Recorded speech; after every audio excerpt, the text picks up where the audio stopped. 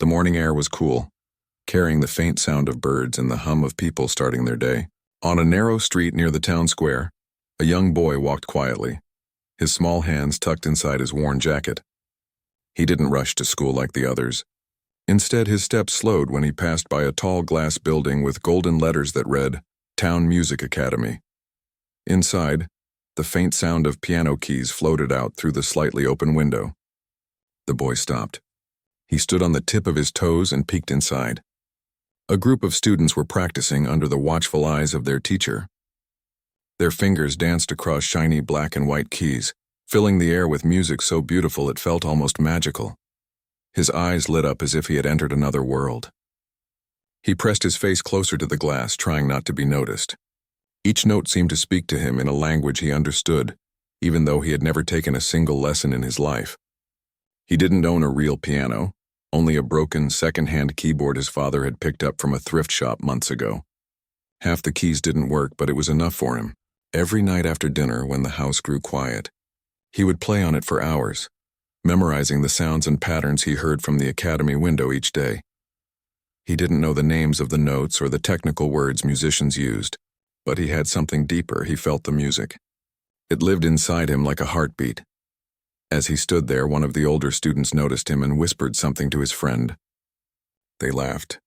The boy quickly stepped back, his cheeks turning red, but he couldn't bring himself to walk away. He stayed just long enough to hear the teacher say, "All right, next week we'll have an open practice day. Anyone can try." Those words stayed with him all day. He carried them like a secret treasure. That night, as his father came home tired from work, the boy asked softly, "Papa, do you think I could play in front of people one day?" His father looked up from his meal. "Of course," he said, smiling wearily. "Why do you ask?" "There's an open practice at the music school," the boy said hesitantly. "Maybe I could go." Just once, his father looked at him, eyes soft but worried. "You know those lessons cost more than we can afford." "I don't want lessons," the boy said quickly. "I just want to try. Just one song." His father stared at him for a long moment, then sighed. "If that's what you want, go. But remember, don't let anyone make you feel small. You play because you love it. That's what matters." The boy nodded. That night he didn't sleep much. He practiced until his fingers ached. His little keyboard clicked and buzzed with broken sounds, but in his mind, he could already hear a grand piano responding to every touch of his hands. The next morning, he wore his cleanest shirt, a little too big for him, and brushed his hair neatly. As he walked to the academy, his heart pounded so loudly it almost drowned out the sounds of the city. The building looked even bigger now. He hesitated at the door, his reflection staring back at him through the glass. For a second he thought of turning back, but then he remembered his father's words. He took a deep breath and stepped inside. The lobby smelled faintly of polish and coffee. The receptionist at the desk looked up and smiled politely. "Can I help you, young man? I heard today anyone can try the piano," he said softly. Her smile faded slightly, replaced with surprise. "Oh, you're here for the open practice. All right, go to room 3. She pointed down the hall. He nodded, whispering, "Thank you," and hurried down the corridor. As he entered the room, he froze. Around 10 students, all older than him, were already there, some tuning their instruments, others chatting confidently. Their clothes looked new, their shoes shiny, their hands smooth and ready. He quietly walked to an empty seat in the back. A few students noticed him and exchanged amused looks. One of them whispered, "Is he lost?" Another chuckled, "Maybe he's here to clean the piano." The teacher entered the room carrying a stack of sheet music. "Good morning, everyone," she said cheerfully. "Today, anyone brave enough can play something for us. It's not a competition, just a way to express yourself." The boy listened carefully, his hands clenching the sides of his chair. The first student played a short, elegant piece. The others clapped politely. Then another played, and then another. Their music filled the room with confidence and grace. Each time the applause ended, his heart beat faster.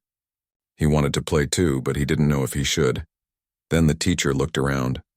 Would anyone else like to try? The room fell silent. The boy's hand twitched slightly, but before he could raise it, one of the students smirked and said loudly, "Maybe the little kid wants to try." Laughter broke out. The boy's face burned and his stomach twisted. The teacher frowned slightly. "Let's not tease," she said firmly, then turned to him. "Would you like to play, young man?" He hesitated but nodded. "Yes, ma'am," he whispered. The room went quiet again, though a few students still wore amused smiles. He walked to the grand piano, which gleamed under the lights. It looked so perfect, so far from the broken keyboard he played at home. When he sat down, his feet barely touched the pedals. Someone in the back snickered. "Told you the piano isn't for kids." He placed his fingers on the keys and they trembled. For a moment he forgot everything he had practiced. The room seemed too big, too bright, too filled with eyes staring at him. He pressed one key. It made a soft sound that echoed longer than he expected.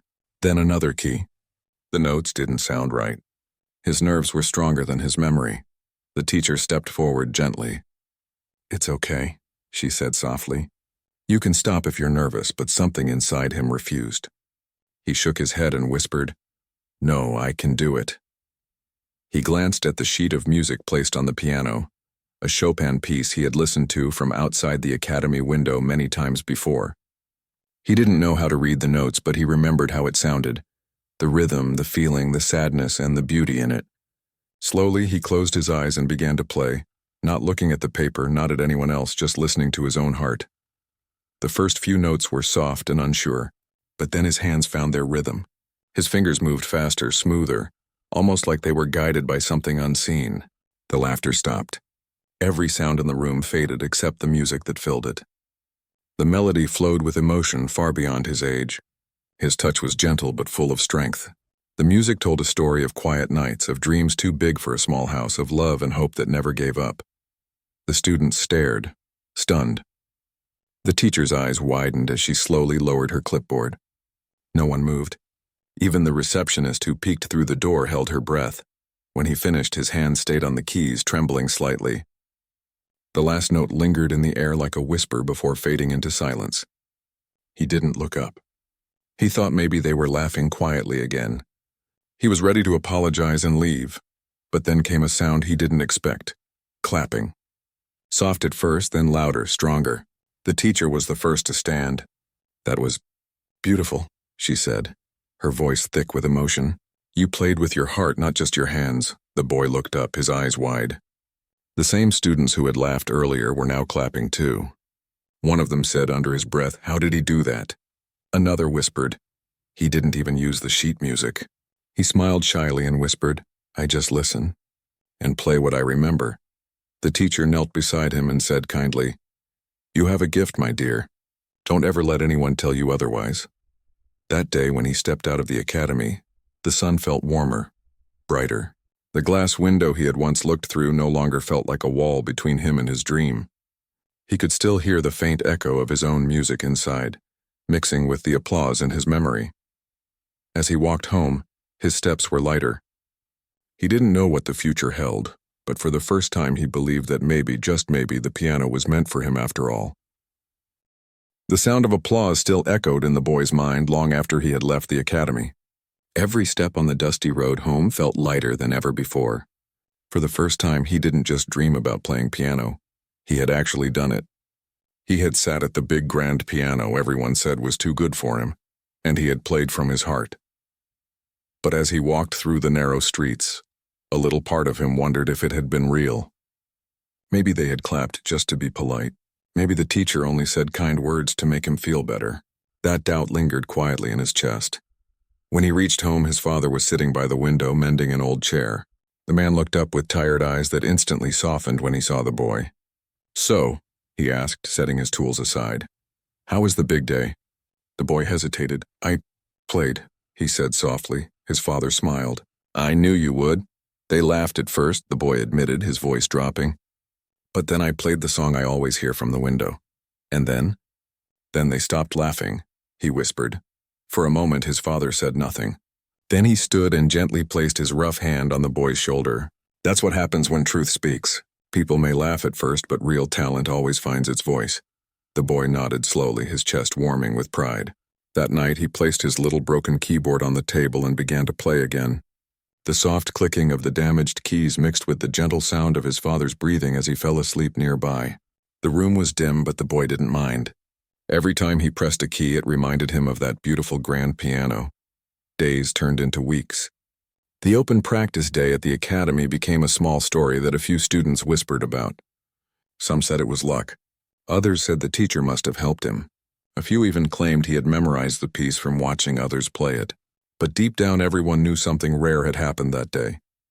One morning, as the boy stood outside the academy again, the same teacher came out and noticed him. She smiled. "You came back." He nodded shyly. "I just wanted to listen." The teacher hesitated, then said, "You know, you could come inside instead of standing here." He blinked in surprise. "Really?" She nodded. "Yes, you don't have to be a student to listen. Music belongs to everyone." That small act of kindness changed everything. From that day on, he sat quietly in a corner of the classroom during rehearsals. He didn't speak much, but his eyes absorbed everything. The hand movements, the rhythm, the posture, the sound. Whenever the class ended, he stayed behind for a few minutes, playing softly on the piano before locking up. The teacher began to notice something strange.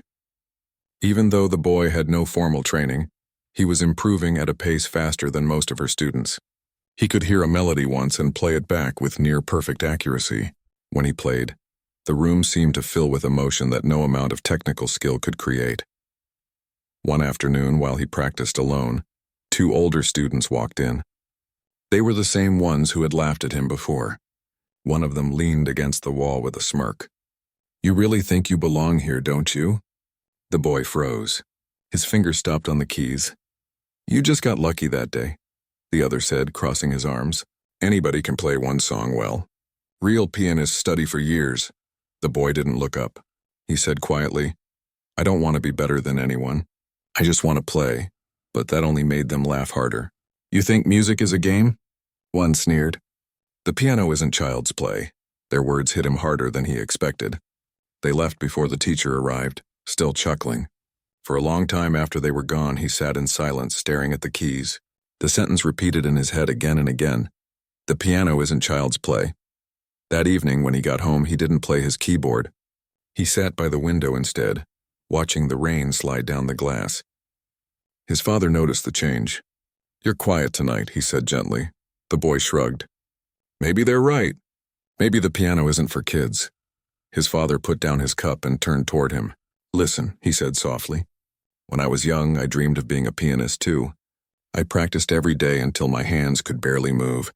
Then I had an accident at the factory and I thought my dream was over." He held up his hand, the one with faint scars. "But I still play in my heart every single day. You're lucky because you can do what I couldn't. Don't let anyone take that from you." The boy looked down at his small hands and whispered, "But they said, I don't belong." His father smiled sadly. "Then make them believe you do." Those words lit a small fire inside him again. The next day, he returned to the academy before anyone else arrived. The janitor opened the door and nodded to him. By now, everyone knew the quiet boy who loved the piano. He sat down and began to play softly. This time it wasn't Chopin or Beethoven.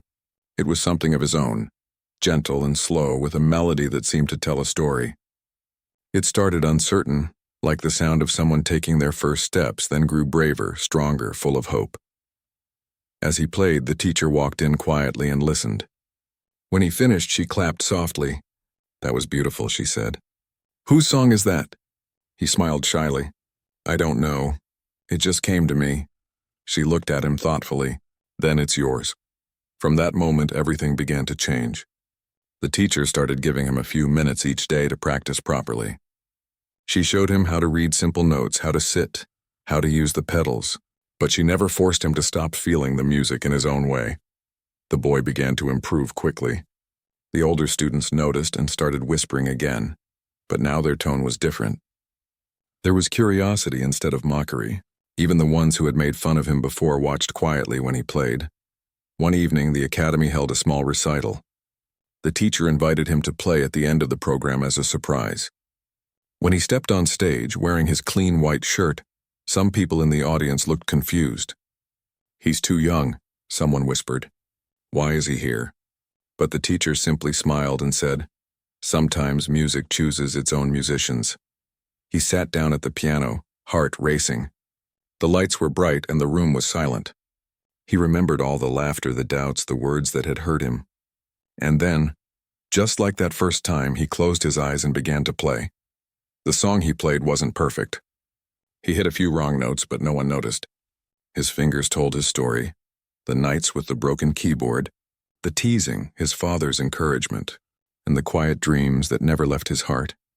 When the last note faded, there was silence again. But it wasn't the silence of disbelief. It was the kind that comes when people forget to breathe because they're moved. Then one by one, they began to clap. The applause grew louder until the entire hall was on its feet. The boy looked up, startled. The teacher stood smiling, tears glistening in her eyes. His father, sitting in the back row, clapped with both hands high in the air, his face glowing with pride. That night, as they walked home together, the boy asked, "Papa, do you think I'll ever be a real pianist?" His father stopped walking and looked at him. "You already are," he said.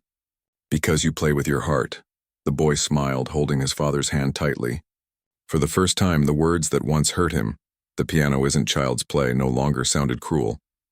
They were a challenge he had already overcome, and deep down he knew this was only the beginning. His small recital changed everything for the boy.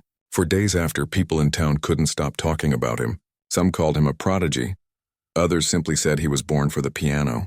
His name began to spread quietly, from the academy to nearby schools and even to the music shop owner who told everyone about the little boy who played like an old soul. He didn't understand fame. All he knew was that playing made him happy, and that feeling was enough. Every afternoon after school, he rushed to the academy to practice, his steps quick and light, his heart full of excitement. The teacher, now fully aware of his rare gift, began giving him more attention. She helped him learn to read music properly and understand the meaning behind every note. At first, it was difficult. Reading sheet music felt like learning a new language. He often made mistakes, got frustrated, and even wanted to give up. But the teacher never scolded him. Instead, she smiled and said, "Every wrong note is a step closer to the right one." Her patience gave him courage. Slowly, the dots and lines on the paper began to make sense. He still preferred to play by ear, but now he could combine both worlds, feeling and structure. And when he did, his music became even more powerful. One afternoon, while he practiced, a few parents of other students came to watch. They had heard stories and wanted to see if the rumors were true. When he started to play, the room fell silent. His fingers moved softly, his eyes half closed as if he was somewhere else entirely. When he finished, the parents clapped politely, but some of them whispered things the boy didn't hear. Later that day, the teacher overheard one parent saying, "It's unfair. He's not even a paying student. My daughter has been learning for years. Why give so much attention to him?" Another added, "He's just a child." "This isn't talent, it's luck," the teacher sighed. She knew jealousy would come. It always did when something pure appeared in a place used to competition. A few days later, the teacher called the boy aside after class. "You might hear people say unkind things," she said gently. "Don't listen to them. People sometimes fear what they don't understand. Promise me you'll keep playing." He nodded seriously. "I promise, but it wasn't easy." Some older students who used to ignore him now looked at him with resentment. They made small comments when he passed by, quiet enough for the teacher not to hear but loud enough to sting. "Let's see how long he stays the favorite. He probably just memorized everything again. He's not even one of us." The boy tried to ignore it, but their words hurt. Every insult felt like a small cut. Sometimes he thought about skipping practice just to avoid them. But every evening his father asked, "Did you play today?" And his eyes would light up with pride when the boy said yes. That look was enough reason to keep going. One rainy afternoon, the academy director visited the classroom. He had heard about the boy's recital and wanted to see him perform. The teacher asked him to play something short. Nervous but determined, the boy sat at the piano and played a new song he had learned. A slow, emotional melody that rose and fell like the rhythm of rain itself. When he finished, the director clapped and smiled. "You have something special," he said kindly. "We have an inter-school music showcase next month. I'd like you to represent our academy." The boy's eyes widened. "Me?" "Yes, you," the teacher said proudly. "It's time the world hears you." The news spread quickly through the academy. Some students congratulated him, but others couldn't hide their jealousy. The same boys who had teased him before now whispered in corners, their faces tight with envy. One of them even told a group of new students, "He doesn't deserve it. He's just lucky." The boy heard it but said nothing. He focused on preparing for the showcase. Every day after school, he practiced until his fingers felt sore. His teacher worked with him patiently, correcting small mistakes, helping him express more emotion through his music. Sometimes when he got tired, he thought of quitting. But then he remembered the first time he sat at the piano, when everyone laughed at him, and how silence followed when he began to play. That memory gave him strength. The day of the showcase arrived.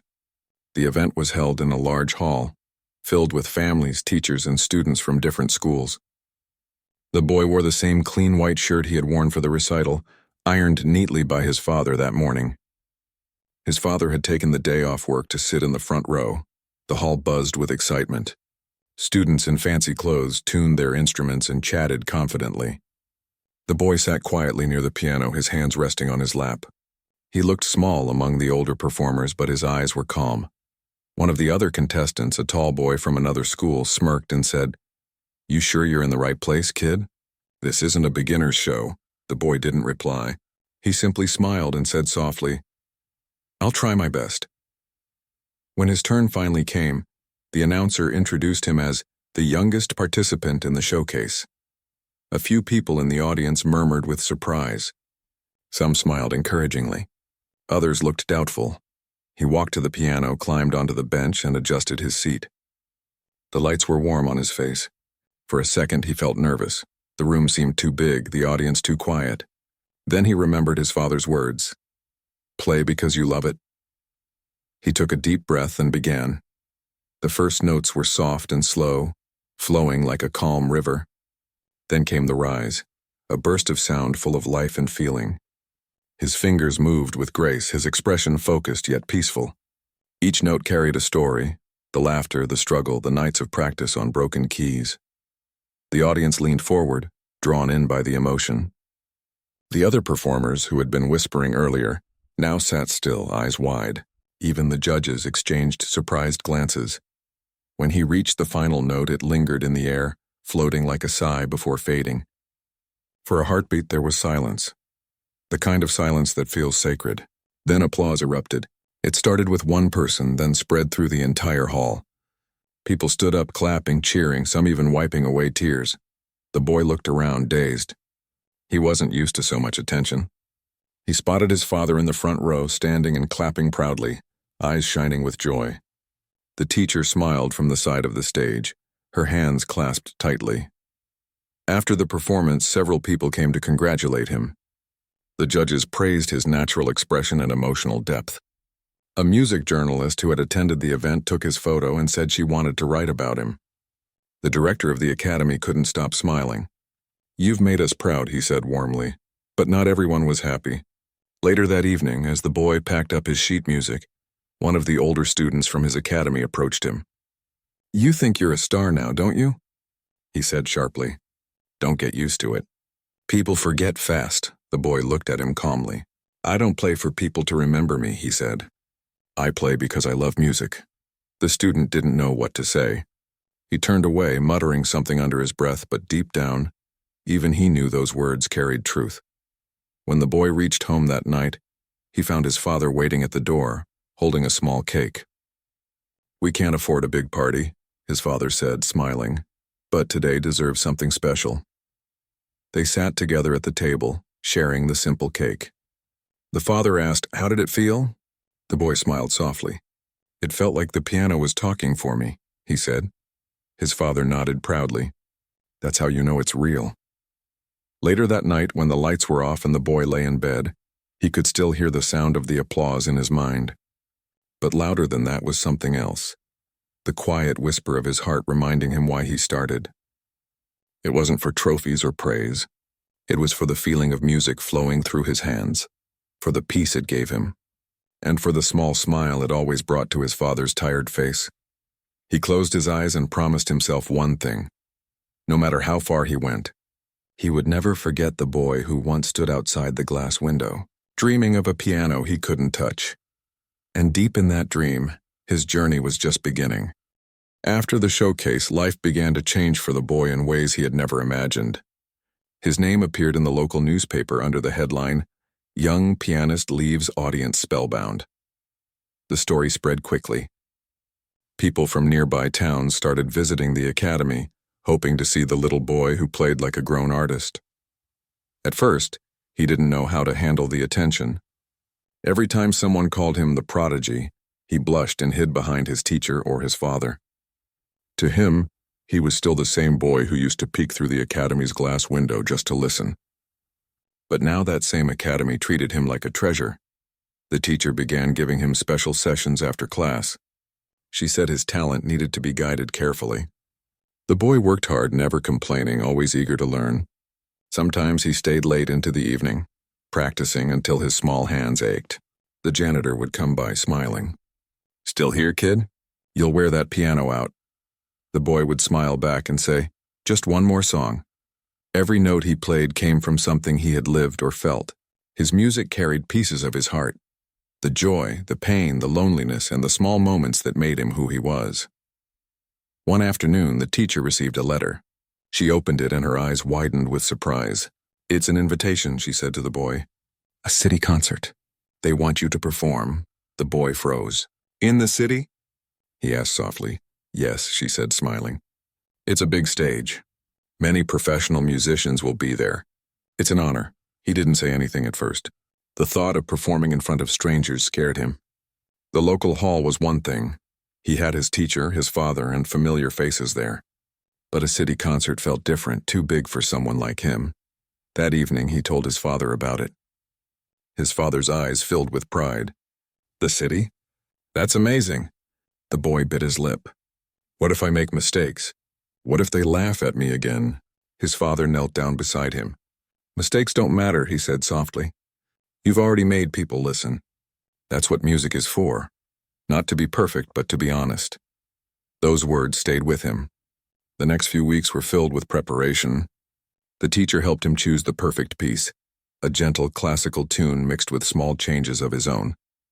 She said, "If you want people to remember your music, make it yours." The night before the concert, he couldn't sleep. He lay awake, staring at the ceiling, imagining the bright lights, the big audience, and the sound of the piano waiting for him. He whispered to himself, "Just play what you feel." The next morning, he and his father boarded a small bus that took them to the city. It was the first time he had ever left his town. The tall buildings, the noise, the lights, everything felt overwhelming. When they reached the concert hall, he couldn't believe how large it was. The stage looked endless, and the piano in the center gleamed under the golden lights like a dream. Backstage, other performers were preparing. Most of them were older, wearing suits and dresses, holding their sheet music carefully.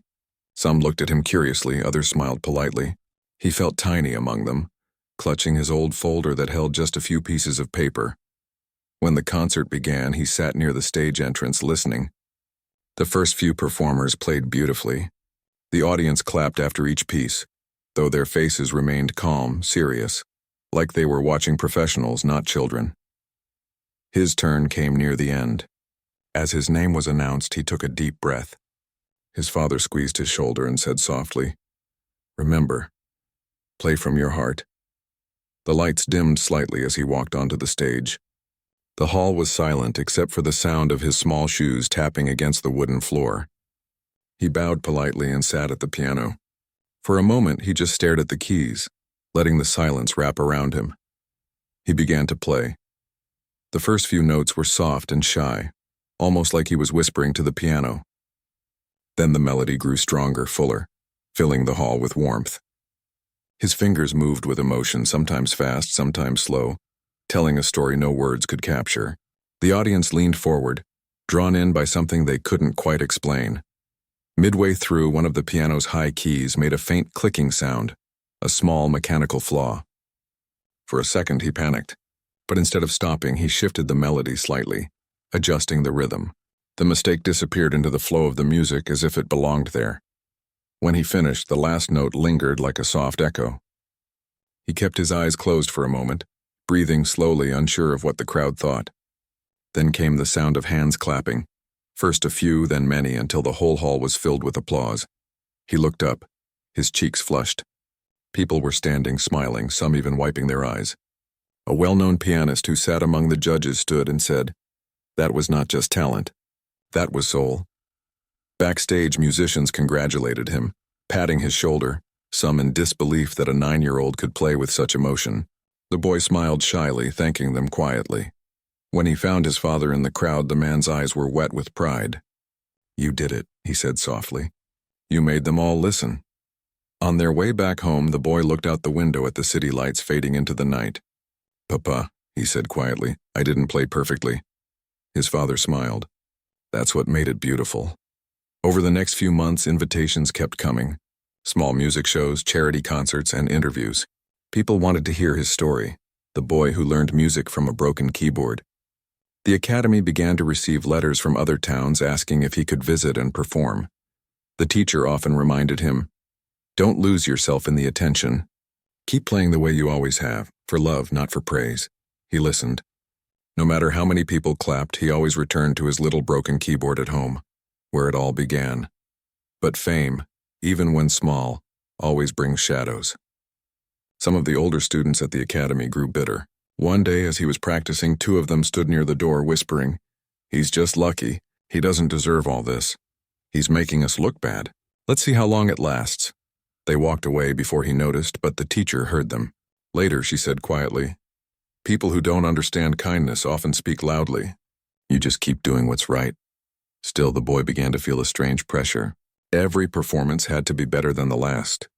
Every mistake felt heavier. Sometimes he missed the simple joy of playing alone in silence. He began to wonder if fame was stealing the peace that music once gave him. One evening, he came home and sat silently at the table. His father noticed and asked, "What's wrong?" The boy looked down. "It doesn't feel the same anymore," he said softly. "I keep thinking, what if I play badly? What if people stop liking me?"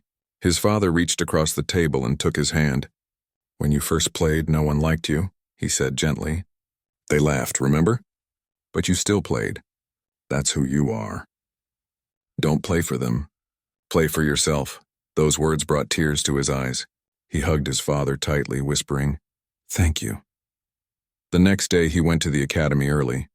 The sun hadn't risen fully yet, and the hall was quiet. He sat at the piano and closed his eyes.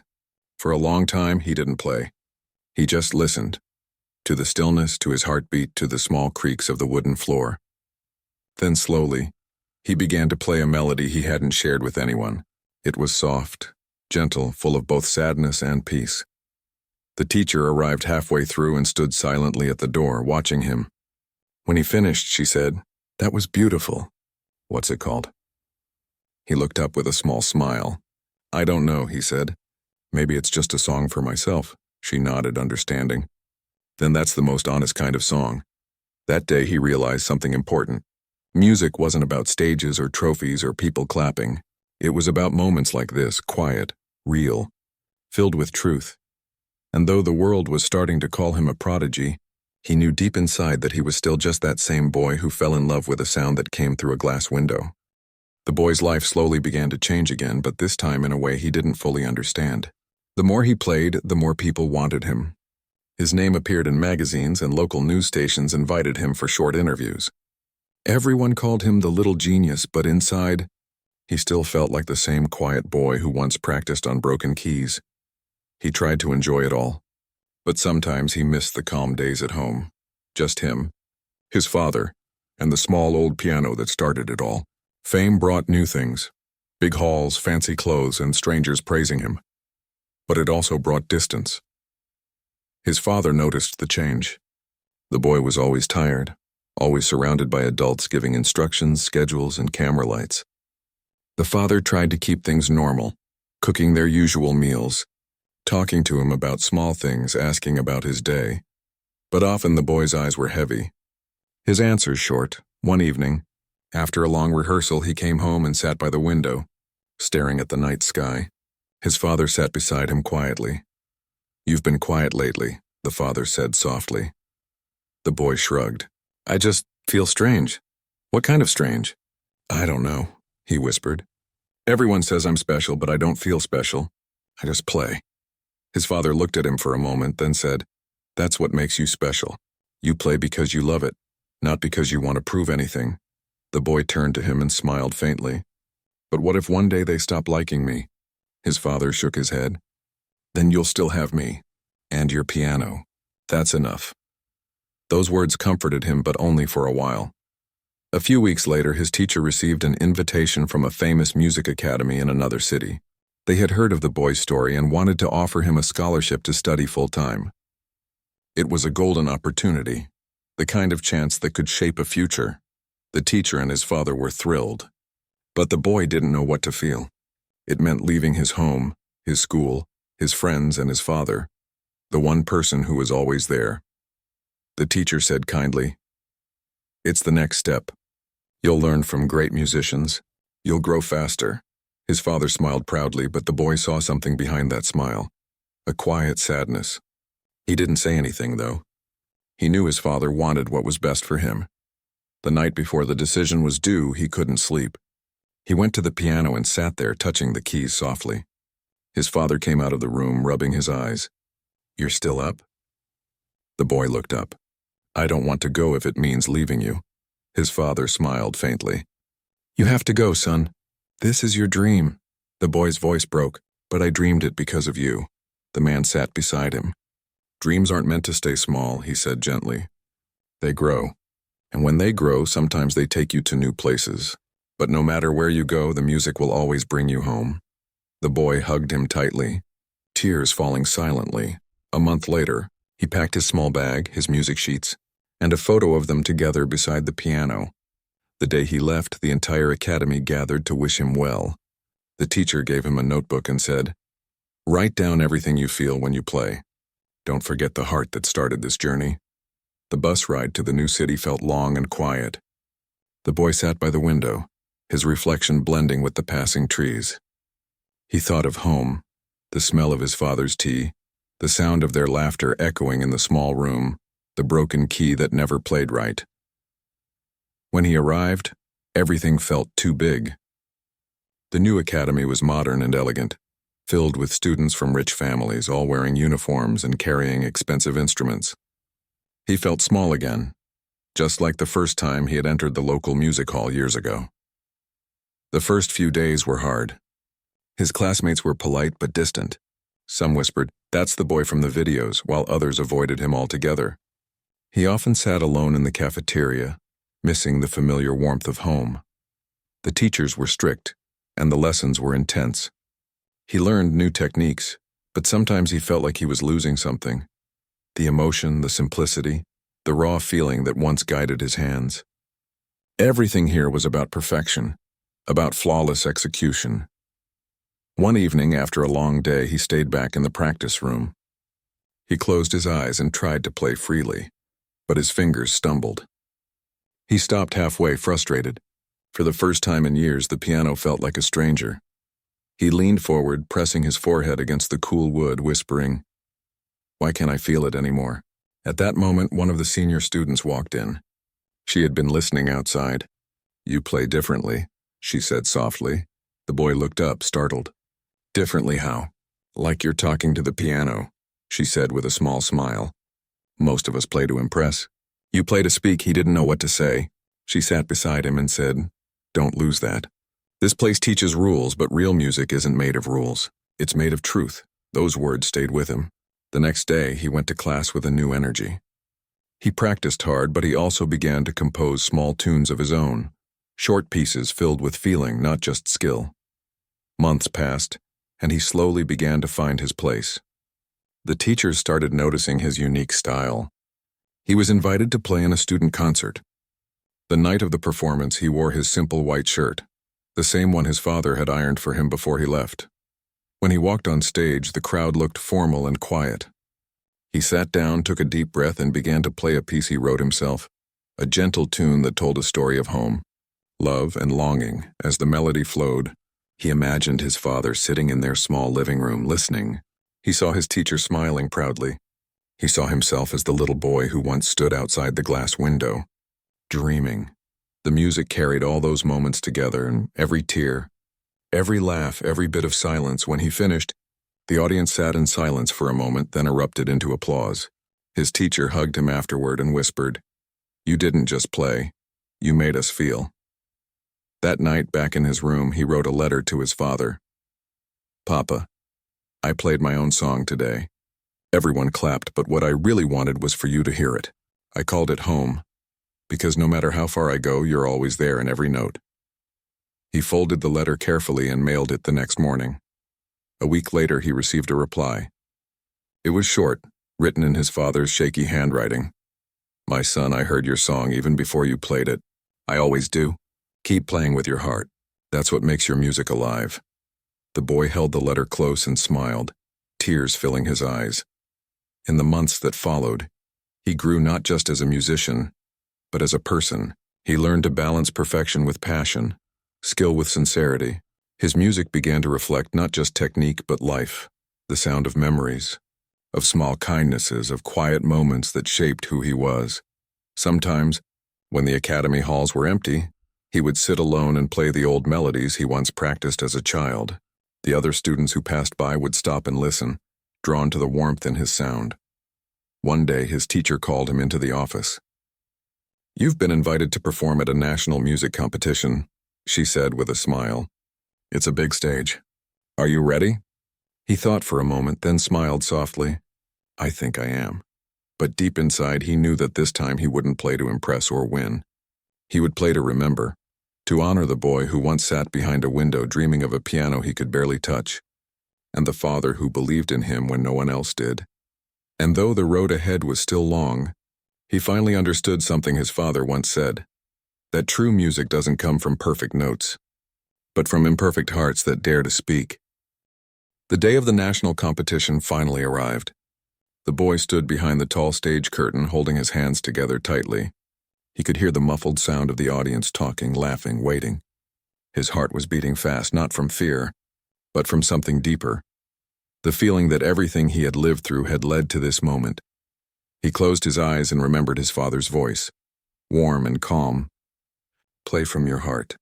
That's where your real music lives." Those words echoed inside him like a gentle rhythm, steadying his breath. The hall was enormous, the biggest he had ever seen. Rows of people stretched as far as his eyes could reach. Reporters filled the sides, cameras ready. The bright lights shone down on the grand piano at the center of the stage. Backstage, other contestants were busy practicing, whispering, checking their sheet music again and again. But the boy sat quietly, holding a small wooden pendant around his neck. A gift from his father before he left home. It was carved in the shape of a tiny piano key. His father had said, "Whenever you touch this, remember who you are." When his turn came, an announcer called his name through the microphone.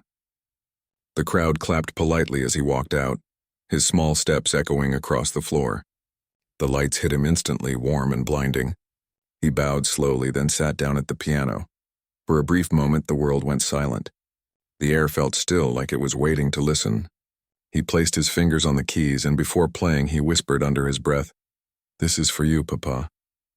The first note was soft, almost like a whisper, but it carried far into the hall. Then came the next, and a melody that sounded both tender and powerful.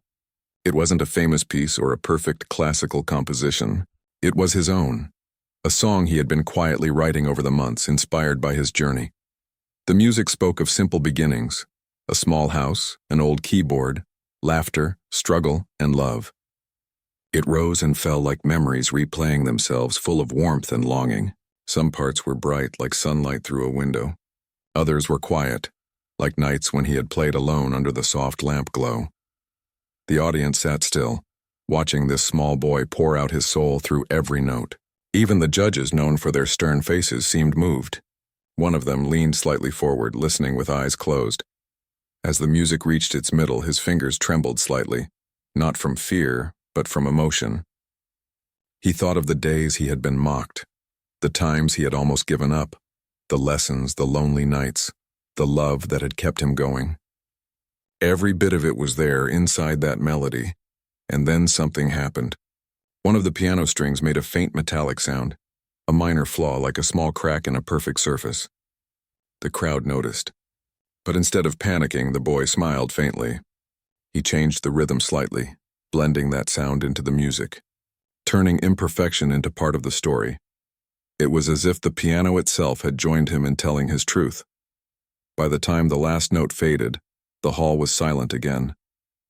He kept his hands resting on the keys, breathing slowly, letting the moment sink in. Then softly the applause began, first from one side, then spreading until the entire hall was filled with sound. People stood clapping and cheering, some with tears in their eyes. He bowed deeply, his heart full. But even as the lights flashed and people cheered, he didn't look for the cameras. He looked toward the back of the hall, hoping, just hoping, that maybe his father was there. He didn't see him that night. After the competition ended, the results were announced. The boy won first place, and not just for his technique, but for the emotional depth of his original performance. The judges said his music spoke without words. The next morning, newspapers printed his photo. The boy who played his heart, one headline read. The world seemed to open up for him. Invitations, interviews, scholarships, offers from music companies. But his thoughts were only on one thing, going home. When he returned to his town, everything felt smaller, quieter. The streets were the same, the smell of the baker's shop was the same, and his house, though old, felt warmer than any hotel room he had stayed in. He rushed inside, calling out, "Papa!" His father came from the small kitchen, eyes wide with surprise, then joy. The boy ran and hugged him tightly. "I did it," he whispered. "I played it for you." His father laughed softly, tears forming in his eyes. "I know, son. I watched it on TV. You played beautifully." The boy smiled, then looked around at the familiar room, the broken chair, the faded curtains, the old keyboard sitting in the corner. "Can I play here?" he asked. His father nodded. "It's yours." He sat at the old keyboard, dusted it off, and pressed a few keys. Some worked, some didn't, but the sound still made him smile. "I missed this," he said. They spent the evening together. No stage, no audience, just the two of them. The boy played softly while his father hummed along. It was simple, peaceful, perfect. A few days later, the Academy sent a message saying they wanted to record his performance for a national broadcast. They asked if he could play a piece that represented his story. The boy agreed, but this time he had a different idea. He requested to record it not in a grand hall but in his small hometown music room, using the same old piano he had learned on. The producers hesitated at first, but he insisted. "This piano taught me everything," he said. "It's where my story began." When the cameras arrived, the whole town came to watch. His teacher stood at the back, smiling proudly. The boy sat at the piano and began playing his signature piece, Home. As the gentle melody filled the room, even the sound crew grew silent. It wasn't just music. It was a story told through keys, a memory turned into sound. When he finished, the cameraman whispered, "That was real. I felt that." The recording aired on national television a week later. People from all over the country watched and felt something they couldn't explain.